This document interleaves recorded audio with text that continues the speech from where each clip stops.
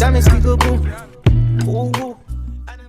Ben Simmons is one of the most polarizing players in the entire NBA. Depending on who you ask, he's either underrated or overrated. He either needs a jump shot to be a great player or he doesn't. Some people choose to focus on the fact that he affects the game in so many ways, while others choose to focus on the fact that he either doesn't score enough or doesn't score in enough diverse manners. In this season, this 2020 to 2021 NBA season, it's brought up more conversation about Ben, and there are even people saying that he's regressed as a player. There's a lot of people that say he's flatlined, but there are now some people that are saying he's regressed. And in my opinion, the people that are saying that are mainly those who don't really watch the games that he plays and only just look at his stat totals. But nonetheless, I really wanted to investigate this because this is a contentious topic in NBA circles. Let's start this out by looking at the stats because, like I said, this is the main reason why I think people say he has regressed as a player. So obviously from 2020 to 2021, his point per game totals have decreased by about 4.2 points per game, and his field goal percentage has decreased by 8.4 percentage points. Taking into account the eye test and looking at some deeper stats, there are some reasons for his decrease. He's not getting to the rim as much as he was last year, especially, and the other years in his career. But he is taking some more sweeping hook shots, some more floaters and push shots outside of 3 feet that are a lower percentage than just having a layup or finishing above the rim with a dunk. If you look at his field goal attempts from 3 to 10 feet, they're up quite a bit from 2020 to 2021. And then there is just another thing, he's not converting at the rim as well as he has in years past. In his entire career, before this year, there's never been a season to where he's shot below 70% from the field at 0 to 3 feet. And this year, from that range, he's shooting 66.1%, which is not a bad percent at the rim at all, but like, we're accustomed to seeing these crazy finishing percentages from Ben because he's done it his entire career. So this year is a bit of a noticeable drop off. As for his point total being down, he's not getting as many shots as he has been getting in years past. And the reasoning for this is mainly because his teammates are hooping. Embiid is playing like an MVP. He's probably the MVP frontrunner. That's just my opinion. And with him hooping at the level that he is, Philly is playing exclusively through him in the post. I mean, they always have done so. They've always, of course, wanted to emphasize getting the ball to Embiid down low. But with him scoring at one of the best rates in his career, they're doing it even more so. And with Al Horford being off the team and you bringing shooters like Danny Green and Seth Curry, there's going to be more opportunity to get Embiid the ball. So they're playing through one of the best, if not the best. Yeah, he's the best low post scorer in the entire league, and they're playing through that, especially with him having more space to play in. So obviously Philly's going to go to that more. Also, Seth Curry is having a career year. He's up to 17 points per game, the highest point total from him per game in his entire career, and he's shooting at an absurd rate. And then I think now more than ever, the 76ers have more scoring off the bench than they've had in years past, with people like Shake Milton and their new draft pick Tyrese Maxey really coming in and scoring buckets off the bench. So there's just a lot more mouths to feed in Philly and a lot more people commanding the ball and scoring at great rates. So Ben Simmons is kind of I guess you could say he is the guy that's taken a bit of a more impact in terms of his statistical numbers. And it's understandable because he's like the most unselfish player out of that entire bunch of players that I described and listed off. But now I want to talk about the eye test in terms of just watching the games and looking at Ben's impact. If you're just watching Philadelphia games, you would not say that Ben Simmons has gotten worse. He has the same impact that he had from last year. So this is a reason to say that he's maybe flatlined as a player, but for no reason off the eye test you can say that he's gotten worse. He's still one of the most dangerous ball handlers in the fast break because he's unstoppable without a help defender, and he has great vision in the fast break. He's a good playmaker in the half court as well. When he gets downhill and can get a good look at the rim and a help defender comes, he's able to spot the open man. And he's a good playmaker from the post when the 76ers run off ball action to get shooters open via screens off ball. And now 76ers have more shooters to do that with, having Seth Curry and Danny Green. In the half court, he is a great finisher when he gets ahead of steam. And looking at his defense, he's one of I think he's the league's most versatile defender. I don't think there's a position that he cannot guard. He can actually guard 1 through 5. I think there are 3 players that you could say can actually guard 1 through 5. Anthony Davis, Giannis Antetokounmpo, and Ben Simmons. I think those are the 3 players that can actually guard 1 through 5. And I would say Ben Simmons is the most versatile defender out of those 3. I think he can guard guards, like point guards and shooting guards. I think he can guard those players better than Giannis can. And I think he's equally adept at guarding small forwards and power forwards and centers. That's just my opinion. Actually, Giannis might be better at guarding centers just because his wingspan is insane. But I think Ben Simmons is a bit more mobile, a bit more laterally quick than Giannis, so I think he can guard on the perimeter better than Giannis can.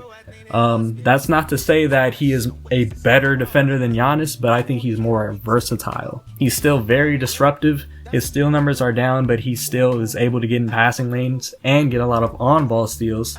If you saw his past 2 games against Boston, he had a number of late game steals in the 4th quarter that basically sealed the game for the 76ers against Boston.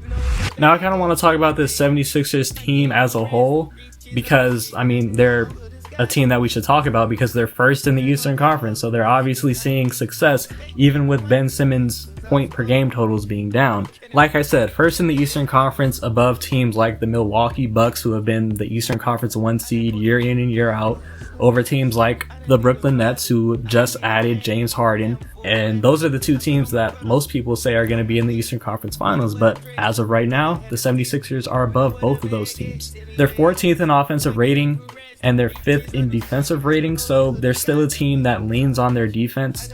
And believe it or not, their offensive rating is kind of the same as last year because they were 14th in offensive rating last year. The same is true this year. But their defense is the one that improved. And you would probably assume that it would be flipped on its head with Al Horford going out, a good defending big man, and you're bringing in Seth Curry, who's average to below average of a defender, but their defense got better because they don't have to play Al Horford at the power forward, who can't really stay with perimeter-oriented power forwards, and now they can slide Tobias Harris to the power forward position, who is average at guarding perimeter-oriented power forwards. So this makes their defense a lot more versatile and more switchy than it could have been last year because you had this player who's really been a center his entire career in Al Horford trying to play a power forward. Now there's more players that are set in stone at their position. But I think the biggest reasons for their success are the players, like I said, outside of Ben Simmons, scoring at better rates than they've scored at their entire careers. The Seth Curry acquisition is probably one of the league's best moves over the offseason. He's having a career year averaging 17 points per game on 59.5% from 3 and 60.3% from the field. These are insane efficiency marks. They're not going to last. Seth Curry missed a couple games due to COVID protocols, but over I guess he's played 8 or 9 games and he's shooting 59.5% from 3 on the amount of attempts that Seth Curry takes. That's insane. Tobias has been more efficient, averaging his consistent 19 points per game, but at 50-40 levels from field goal and 3-point land. And like I said, Embiid's played like the early season MVP. I think it's more impressive and important for him to be consistent every game. That's been the knock on Embiid. He'll go 2 or 3 games where he looks like an MVP, and then he'll have a 1 or 2 game drop off where he looks like just an all-star player.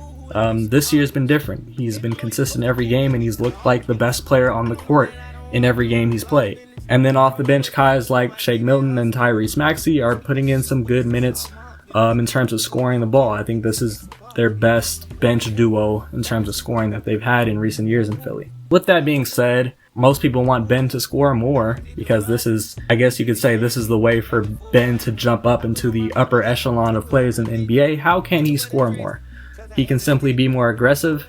There are times when he has a 6'5" point guard or shooting guard switched onto him and he just is willing to just sit in the dunker spot and let Embiid go to work in the post, or let Tobias Harris run a pick and roll, or let Seth Curry run a handoff play instead of him demanding the ball in the post when he has a switch. He can attack the pick and roll defender when he goes under. This is what Russell Westbrook has been doing the past 3 or 4 years, because obviously teams go under the screen against Russell Westbrook, but he's quick enough and athletic enough to beat them to the spot and get by them, or just get an open look at the rim. If Ben Simmons can do that a bit more, I've seen him do it a couple of times, but if he can do it a bit more consistently, this could get him some more points at the rim. He can definitely hit the offensive glass more. He only averages 1.3 offensive rebounds per game. With him being as big and athletic as he is and around the rim as much as he is, he should definitely be looking to crash the offensive glass more and get more putbacks. And then to keep it simple, he can just attack the rim more instead of simply being a guy who sits in the dunker spot in the half court. Just attack the rim from the perimeter and try to make something happen. There are too many possessions that go on where he's just content sitting in the dunker spot, and yes, that's what he has to do when he's off ball, but he should demand the ball more and just get to the rim because he'll be a handful when he's more aggressive. As for what can be done in terms of scheme and game planning, what Doc Rivers can do, maybe he can run some creative plays to get Ben in good post-up position. Most of Ben's post-ups come from him bringing the ball up and having to post up from the perimeter. If Doc can draw up or just run some more creative plays where Ben comes off an off-ball screen set in the paint or on the opposite low block, where he either runs to the other low block or can get a good steal right in front of the rim, this could be an efficient way of getting him good looks at the rim. There's this low post pick and roll that I've seen the Sixers run with him and Joel, where Ben has the ball in the low post and he has the ball at the block and Joel sets the screen at the block. And it's kind of weird and unorthodox, so a lot of teams don't really know what to do with that or how to handle it. And a lot of times it gets Ben some more head of steam to get to the rim at the opposite block, or Joel finds a way to get a good passing angle to get a good layup. I've seen them run this quite a bit. Not quite a bit. I've seen them run it a couple times in the games that I've seen them play. But maybe they could go to that a bit more. And maybe Doc can encourage Ben and the 76ers to run more in the fast break. They're currently 20th in pace of play, and a lot of that has to do with Joel Embiid getting his post-ups, but if there's a way to find a mix between Joel post-ups and Ben getting out in the fast break, these are the two best things that these two players do best, respectively. Doc Rivers should try and find that. So to conclude this experiment, Ben hasn't regressed. He simply has the ball in his hands less than he's had it in his hands in the past. Embiid, Tobias, Seth Curry, Shake Milton, guys like that, they're scoring at the best rates in their entire careers. So Ben is the guy who's had to take statistical drops because he's the more unselfish player out of that entire bunch. He still has the same all-around impact this season that he's always had, and the 76ers are the best team in the East. So right now, there's no reason to really complain about Simmons' scoring output. But this does raise a question. Can a team go far in the playoffs when the second best player on the team is averaging only 12 points per game? This is a question we'll answer at a later date, obviously when the postseason comes around. But for now, we should just enjoy the 76ers' success, and we should see if they can hold off teams like the Bucks and the new look Nets going forward. I got cause galore, bitch, cause I'm rich. I escaped every one of the list, cause I'm supposed to be rich. I don't care about no cop, I'm telling you just how it is.